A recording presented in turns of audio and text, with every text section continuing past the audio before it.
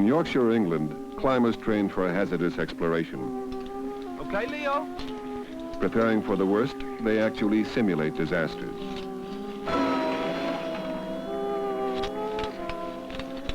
It's a pretty good fall, eh?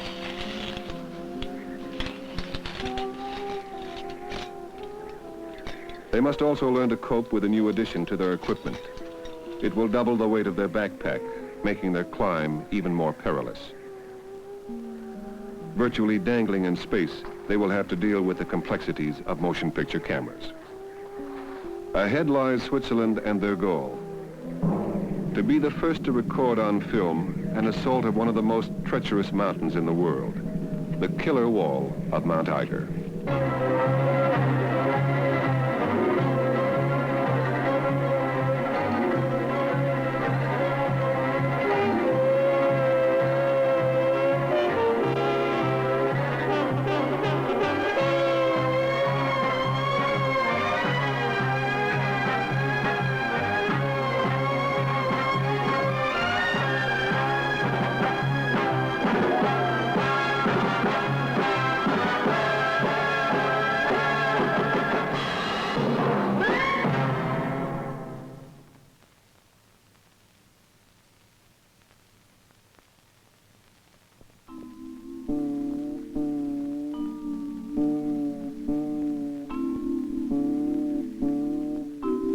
For mountain climbers, the Eiger is the ultimate challenge.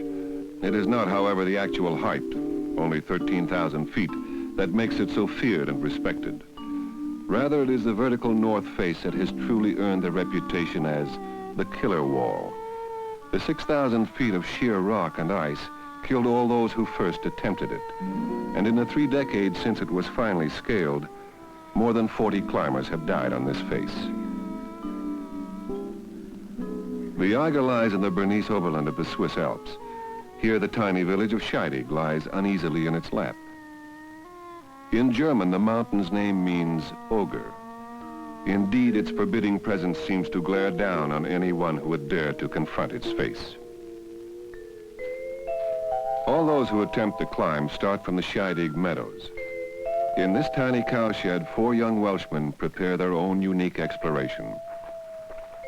Cliff Phillips, 23, mountain climber turned cameraman.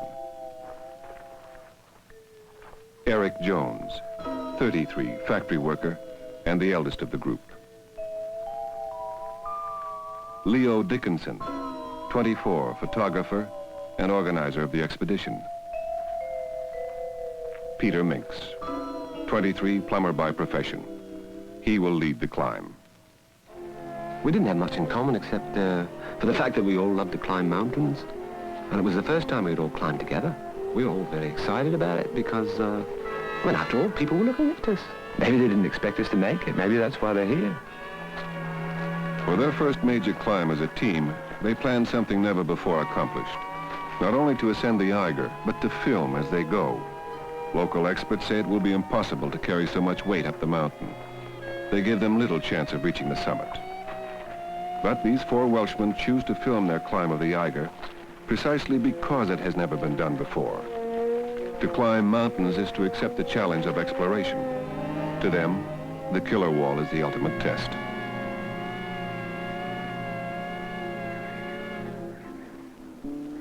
The route the men will follow has already been charted, but its obstacles remain as dangerous as when the first explorers confronted them.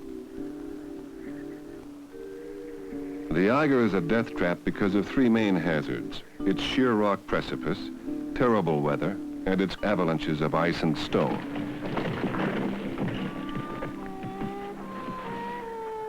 Summer, you know, is the worst time because the limestone crumbles and you never know. You've got to be very careful because one slip and it goes right down the chaps below you.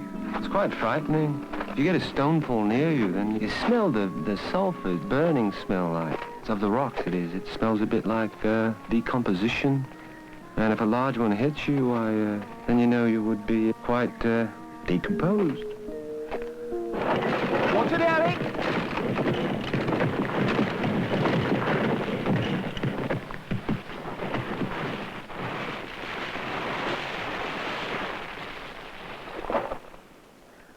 So So dangerous is the Eiger's north face that Swiss authorities once outlawed it. Local guides were even forbidden to form rescue parties. Today, with modern techniques, men can at least attempt the vertical wall. First, Eric cuts through the crust in the ice with a newly developed pterodactyl axe. An ice screw or piton is then tapped into the hole. Next, the piton is screwed in until it bites deep into the heart of the ice. Finally, he snaps a carabiner or snap link onto the ice screw. It holds the climbing rope secure against a fall. The leader now carries a nylon rope for as far as 150 feet before the process is repeated.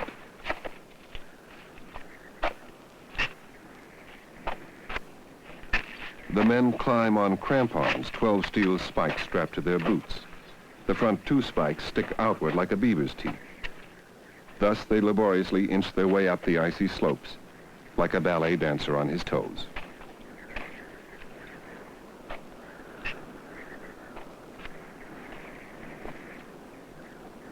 Modern equipment and techniques, however, are no help when it comes to the Eiger's most notorious hazard, the worst weather in Europe. Rain and snowstorms can strike without warning. By the first afternoon, rain turns the route into a giant waterfall. The team is reduced to a slippery snail's pace.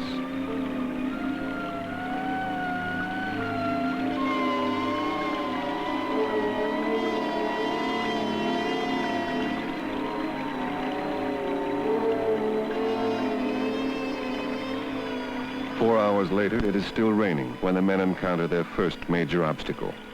Its name is an apt description, the difficult crack. The lifeline of the nylon rope literally becomes a stairway up the crack. Peter Minks, the leader, first searches for any crevice which will hold a piton and rope firm. And that's the first thing you have to do is get that piton in there.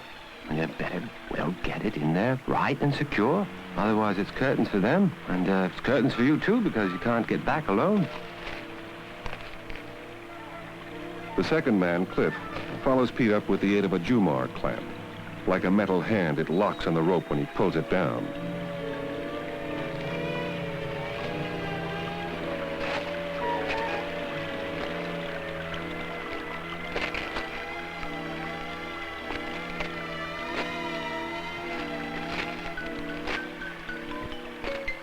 I hate the rain. You feel like a bloody turtle, you know, slipping and sliding. It's going forward and backwards, and mostly backwards.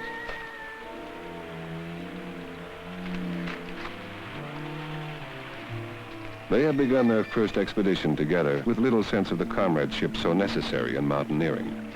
They climb in silence, each with his own thoughts of survival. You start out as a loner, and then as you climb, you know that your life depends on them, and their lives depend on you, so you feel like a team after a while. You don't express it, but you are.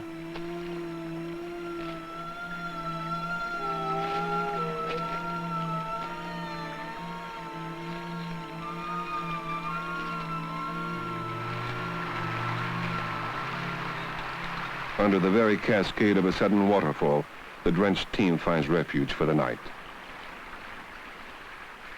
Yes, the best thing about stopping here is to get their pack off. It weighs a ton by now, and thankful for that. You know, something about dehydrated soup. It's not the best stuff in the world, but right here it tastes awfully good. Bloody good.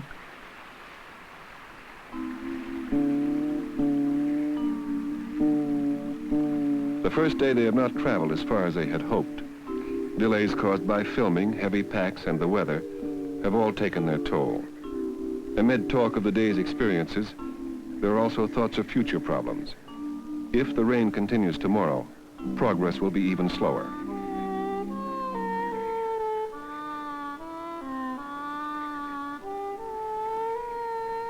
The next morning, a sea of clouds is an immediate barometer. Suspecting the worst, they radio their base camp for a weather report. Can you tell us about the conditions for today? Helpers warn them to come down immediately. A snowstorm is forecast. These sudden blizzards can immobilize a climber until he simply freezes to death. There is no choice. They must retreat. This part is the most frustrating because you don't bloody well want to go down. You came up to go up, and you got to hurry, and yet you got to be careful. They are well aware that just the week before, 2 climbers were caught in a sudden snowstorm and died from exposure. At the ice field, they take a calculated risk. In haste, they go unroped and without crampons. Now, each step demands a special care. One slip could take a man 300 feet down to the jagged teeth of sharp rock below. Keep it steady. Keep it steady. Ignoring safety precautions, Cliff leads the group down.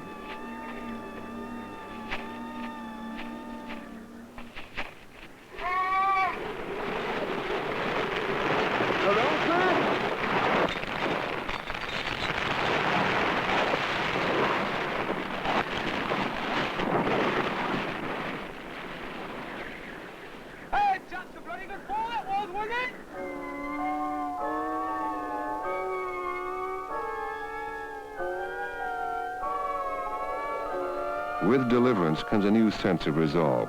But first they must wait for the Eiger to change its stormy mood. When the weather clears, they will once more dare its face.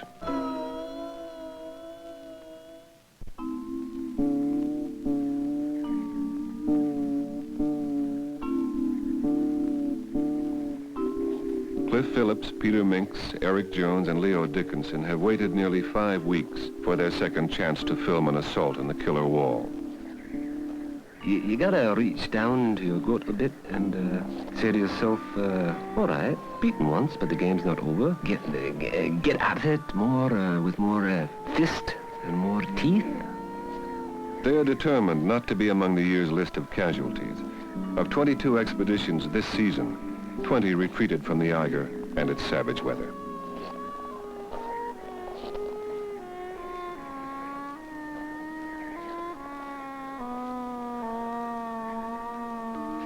This time, the team quickly scales the lower reaches of the mountain.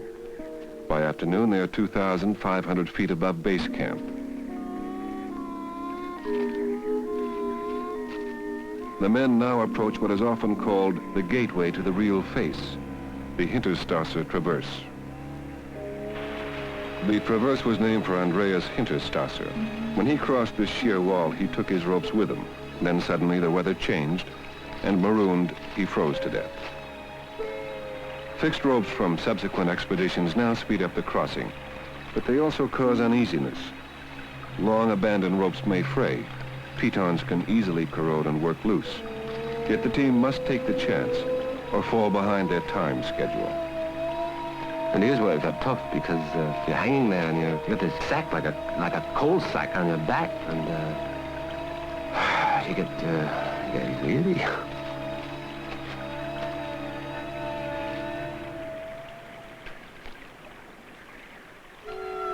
Evening approaches. They must find a place to spend the night.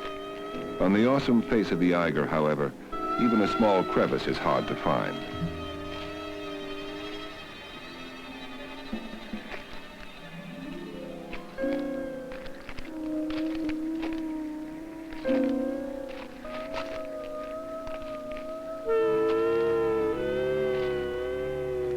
Finally, at the 3,000-foot level, they discover a rocky platform. It is a space no bigger than an armchair, but 4 grown men will have to find enough room to take off rucksacks, eat, and sleep.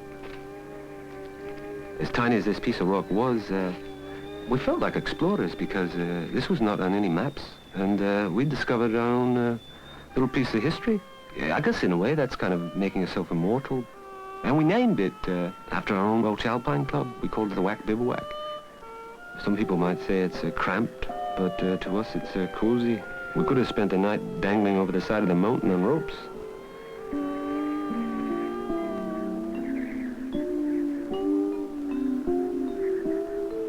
You sit there on that tiny perch, and you know that everything's like a million miles away.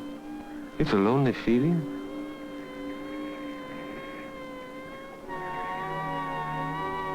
"6 a.m. the second day. They have spent a night on hard rock in freezing temperatures. It takes almost an hour for numb fingers to pack and prepare to meet the next challenge. the Eiger's treacherous ice fields. Ironically, good weather is a disadvantage here. The morning sun will soon melt the ice. It will be impossible to get a firm foothold in the sludge. And melting ice could also loosen a barrage of stones. Okay to carry on? It was here that a British climber was killed by falling rock. But the four men can travel no faster than climbing techniques allow. With axe and crampon, they inch painfully along.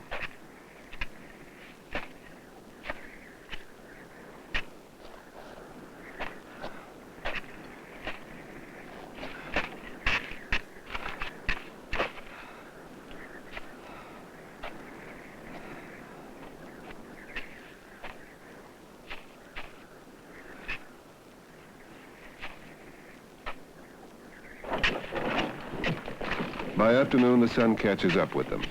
It is impossible to go any further. Toward the end of the second ice field, they cut out a tiny ice ledge.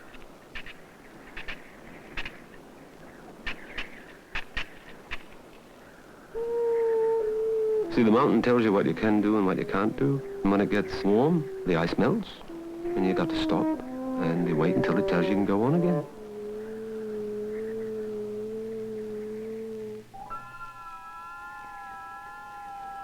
Dawn the fourth day. They have labored on the ice fields for 2 days. Finally, they reach the last one. At a dizzy 60-degree angle, they must truly work as a team. For even though they climb as individuals, their lives are bound together by the rope. We couldn't afford to rush any one section. You sort of steal yourself back from trying to do more than you actually can, you see. You know, I'll run along this bit here, and no, you won't. You can be steady and sure, because you got to protect the safety of the whole party. Keep it steady there. 4,500 feet up the wall, they encounter the most difficult obstacle of all. It is called the ramp, a giant vertical chimney 1,000 feet high. One misplaced footstep can send rock and ice sliding down this huge funnel. Then, an unforeseen difficulty. A large ice formation blocks the way. The only way up is on the edge of the chimney, beyond an overhanging rock. Pete leads this time. Using a foot stirrup, he swings free. Below him, a 4,000-foot abyss. Okay, Pete.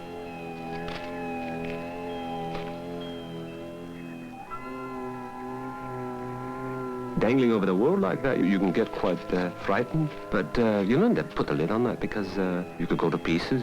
You could sort of shake apart.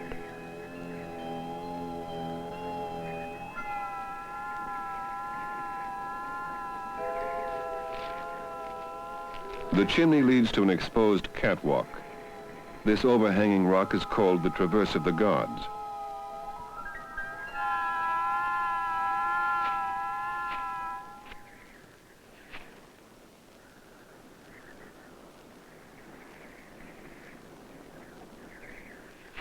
As they cross, they remember the Italian climber who fell here. Dangling like a fish hooked on a line, he froze to death.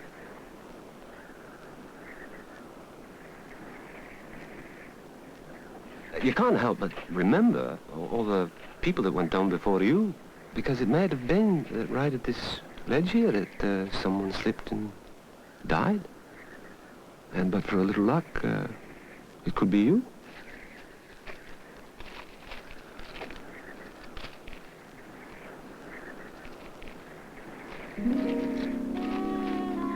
They will spend this night just 1,000 feet below the summit.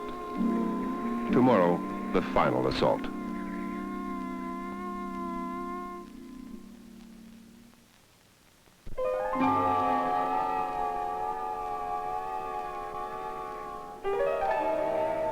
The last obstacle before the summit is known as the White Spider.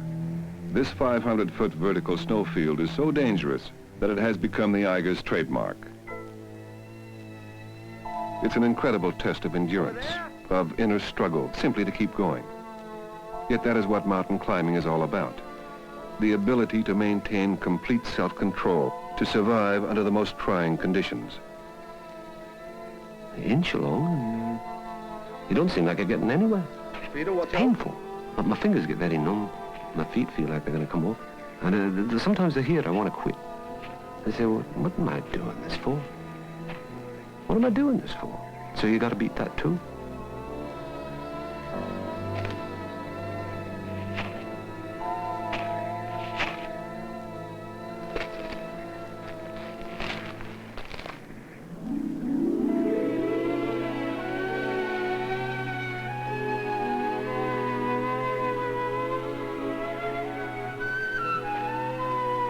For the first time in 5 days, they emerge from the mountain's shadow.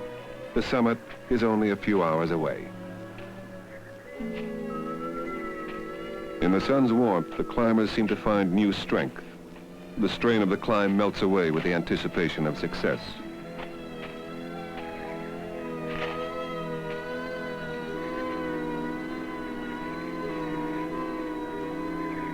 The sight of the summit makes you want to hurry, but you can't, because the snow is powdery and insecure, so you have to be careful. The Eiger does not admit defeat even here. An earlier team lost its foothold only a few feet from the peak, and they fell 6,000 feet to their deaths.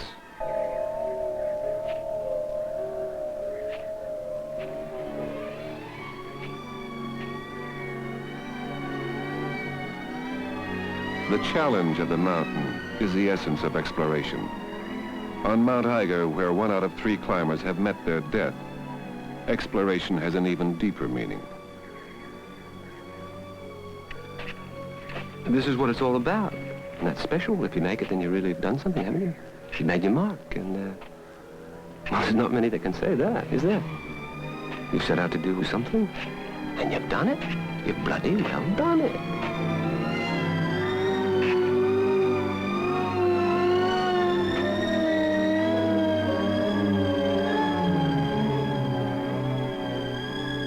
Now, Peter Minks and his teammates have met the ultimate challenge and survived.